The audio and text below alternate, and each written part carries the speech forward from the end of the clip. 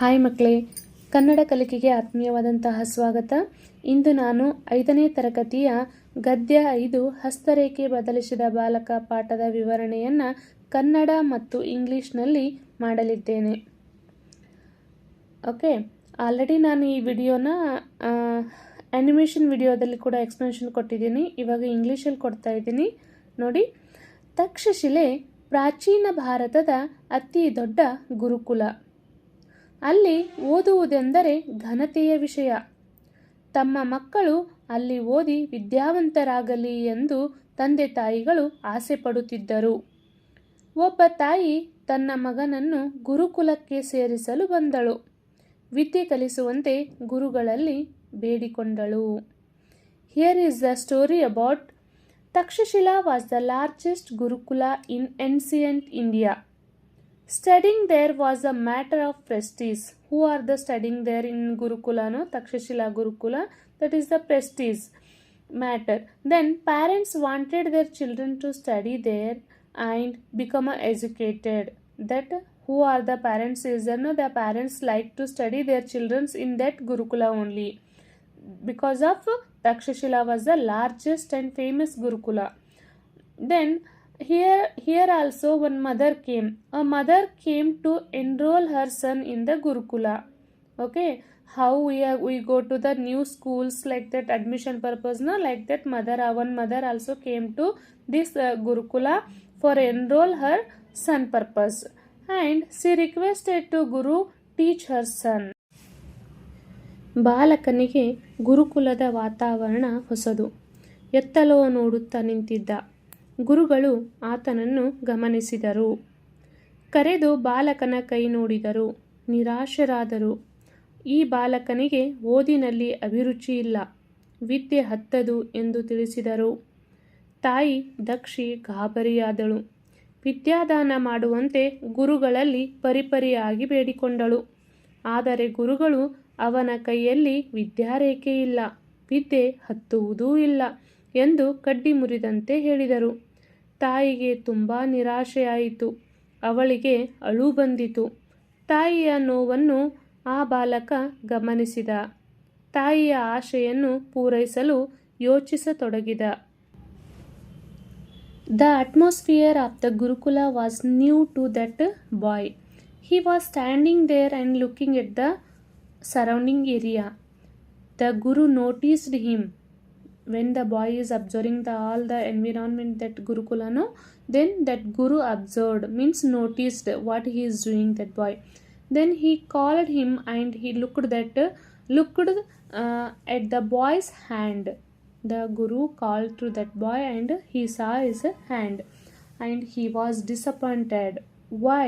Because of this boy had no interest in studying, and he told him that he would not get an education. Mother Dakshi was shocked.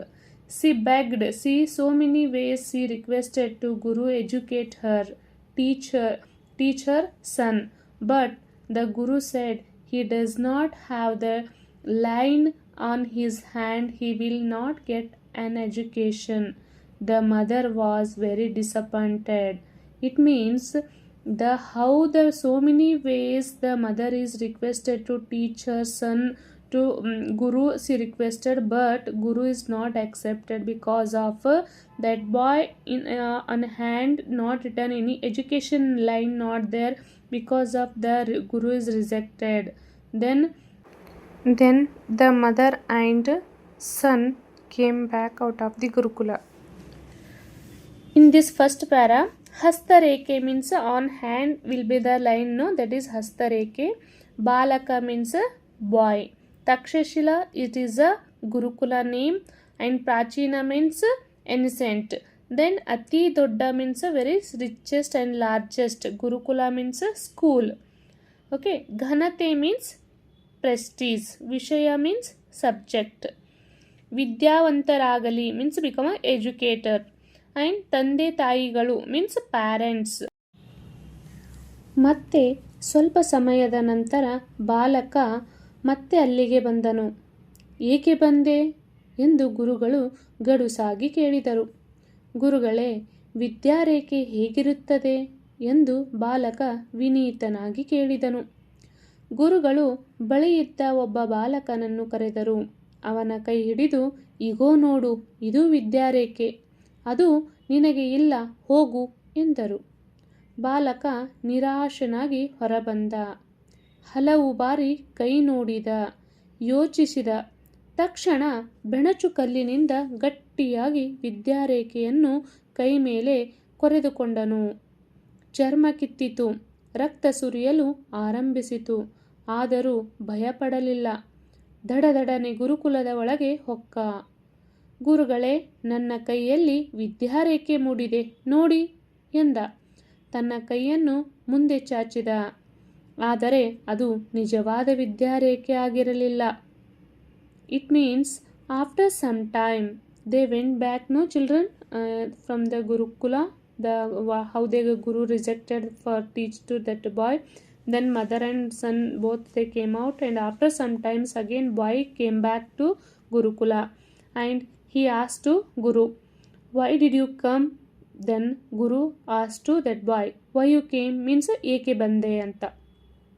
The Guru asked straightly means very strict ಆಗಿ ಕೇಳಿದ್ರು. Then that boy, ಆ ಹುಡುಗ ಹೇಳ್ತಾನೆ ಗುರುಗಳಿಗೆ, Guru, what does the curriculum looks like? Curriculum means that line looks like. Okay, ಆ line ಹೇಗೆ ಕಾಣಿಸುತ್ತೆ ಅಂತ ಆ ಗುರುಗಳಿಗೆ ಕೇಳ್ತಾನೆ. Okay, then the guru called a boy was nearby means ಒಂದು ಹುಡುಗ ಆ ಗುರುಗಳ ಹತ್ರ ಇರ್ತಾರಲ್ಲ, ಆ ಒಬ್ಬ ಹುಡುಗನನ್ನು ಅವರು ಕರೀತಾರೆ. Okay, who are the nearby no that boy to he called, who called guru called.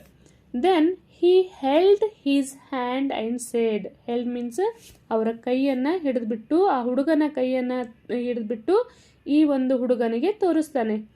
Look, this is the curriculum, this is the line, it's not for you, ಇದು ನಿನಗಿಲ್ಲ, ಗೋ ಅವೇ, ಹೋಗು ನೀನು ಅಂತ ಗುರುಗಳು ಕೋಪದಿಂದ ಆ ಹುಡುಗನಿಗೆ ಹೇಳ್ತಾರೆ. Then the boy came out and disappointed, and he looked at his hand so many times. Why? Because of he don't have that education line, no.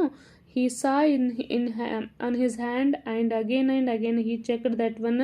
Again he very disappointed. Then suddenly, immediately means takshana is their word, children.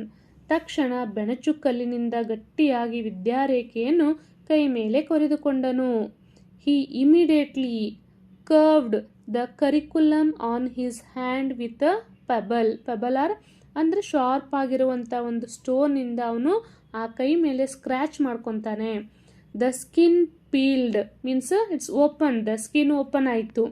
Then peeled off and blood started flowing means ಆ ರಕ್ತ ಸುರಿಯಲು ಪ್ರಾರಂಭಿಸಿತು. However he was not afraid, ಆದರೂ ಕೂಡ ಹೇಗಾದರೂ ಕೂಡ ಆ ಹುಡುಗ ಮಾತ್ರ ಭಯ ಪಡಲ್ಲ. He quickly entered the Gurukula.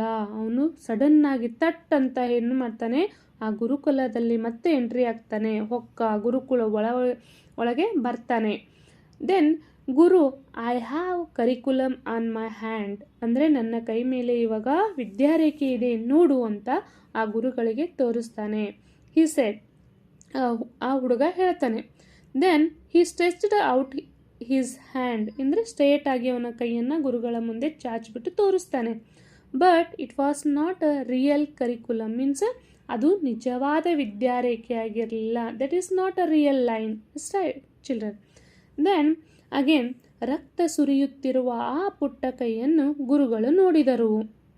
The blood is flowing, that situation, that scenario that guru observed and ಗಾಬರಿಯಾದರು. He shocked. Who? Guru shocked here. Then his mind was very upset. He disturbed. Who? Guru. ಬಾಲಕನ ತಲೆ ನೆವರಿಸಿ ಅಪ್ಪಿಕೊಂಡರು means ಆ ಹುಡುಗನನ್ನು ತುಂಬ ನೆವರಿಸ್ಕೊಂಡು ಅವನಿಗೆ ಪ್ರೀತಿಯಿಂದ he bowed his head and embraced the boy, and he recognized the desire to learn in him means ಅವನಲ್ಲಿರುವಂಥ ಒಂದು ಕಲಿಕೆಯ ಛಲವನ್ನು ಅವರು ಗುರುತಿಸ್ತಾರೆ. ಯಾರು? ಗುರುಗಳು. Then he recognized what his have interest. Then ನಿನ್ನಂತಹ ಶಿಷ್ಯನಿಗೆ ಅಲ್ಲದೆ ಇನ್ನಾರಿಗೆ ವಿದ್ಯಾದಾನ ಮಾಡಲಿ? you are a disciplined person and hard worker and you are interested. Like the students I have to teach, then otherwise for whom I want to teach, like that Guru said. Then ಎಂದು ಕಣ್ಣೀರು ಸುರಿಸಿದರು. The guru also cried. ಶಿಷ್ಯನಾಗಿ ಸ್ವೀಕರಿಸಿದರು. that accepted that as a student. ಆ ಬಾಲಕನೇ Panini. that boy's name only Panini. Then Panini ಸತತ ಅಭ್ಯಾಸ ಮಾಡಿದ. He Panini practised continuously and meditated. Means meditation ಅಂತ ಹೇಳ್ತೀವಲ್ಲ, ಮನನ ಮಾಡ್ಕೊತಾನವನು. ಮನನ ಮಾಡಿದ್ದನ್ನು ಚಿಂತನ ಮಾಡಿದ್ದನ್ನು ಬ್ರೌಟ್ ಔಟ್ ಅಂದರೆ ಅವನು ಏನು ಮೆಡಿಟೇಟ್ ಮಾಡ್ಕೊತಾನೆ ಅದನ್ನು ಆಚೆ ತಗೊಂಡು ಬಂದ. ಅವನ ಹೊಸ ಹೊಸ ವಿಚಾರಗಳನ್ನು ಹೊರಹೊಮ್ಮಿಸಿದ. What he has the new skills he take out and his talent it's came out. Then Sanskrit ಭಾಷೆಗೆ ವ್ಯಾಕರಣಶಾಸ್ತ್ರವನ್ನು ರಚಿಸಿದನು. And he created a grammar for the Sanskrit language. It became a famous all over the world. ಇಡೀ ಜಗತ್ತಿಗೆ ಅವನು ಬರೆದಂತಹ ಒಂದು ಸಂಸ್ಕೃತ ಭಾಷೆಯ grammar ಪುಸ್ತಕ ಒಂದು ತುಂಬ ಪ್ರಖ್ಯಾತಿಯಾಗುತ್ತೆ. ಇಂದಿಗೂ ಪಾಣಿನಿ ರಚಿಸಿದ ವ್ಯಾಕರಣಶಾಸ್ತ್ರ ಸಂಸ್ಕೃತಕ್ಕೆ ಮೂಲಮಂತ್ರವಾಗಿದೆ. ದೆನ್ ಎಂಬುದಾಗಿದೆ ಮೂಲಮಂತ್ರ. ಇವನ ಕಾಲ ಕ್ರಿಸ್ತಪೂರ್ವ 6ನೇ ಶತಮಾನ. ಇವನ ಗುರುವಿನ ಹೆಸರು ಉಪಪರ್ವ ಎಂಬುದಾಗಿದೆ. Who are this scenarios you are observing no children? That guru name is Upaparva. ವಿದ್ಯಾರೇಖೆ ಇಲ್ಲದಿದ್ದರೂ ಪರಿಶ್ರಮ ಮತ್ತು ಪ್ರತಿಭೆಯಿಂದ ಸಾಧನೆ ಮಾಡಬಹುದು ಎಂಬುದಕ್ಕೆ ಪಾಣಿನಿ ಉದಾಹರಣೆಯಾಗಿದ್ದಾನೆ. See, if it is the education line is not there means if you did the hard work. And how is the Panini is an example. He did the without education line on his hand, but he did the hard work and continuously he practiced, and whatever he has the talent he it came out. Like that we have also do the hard work.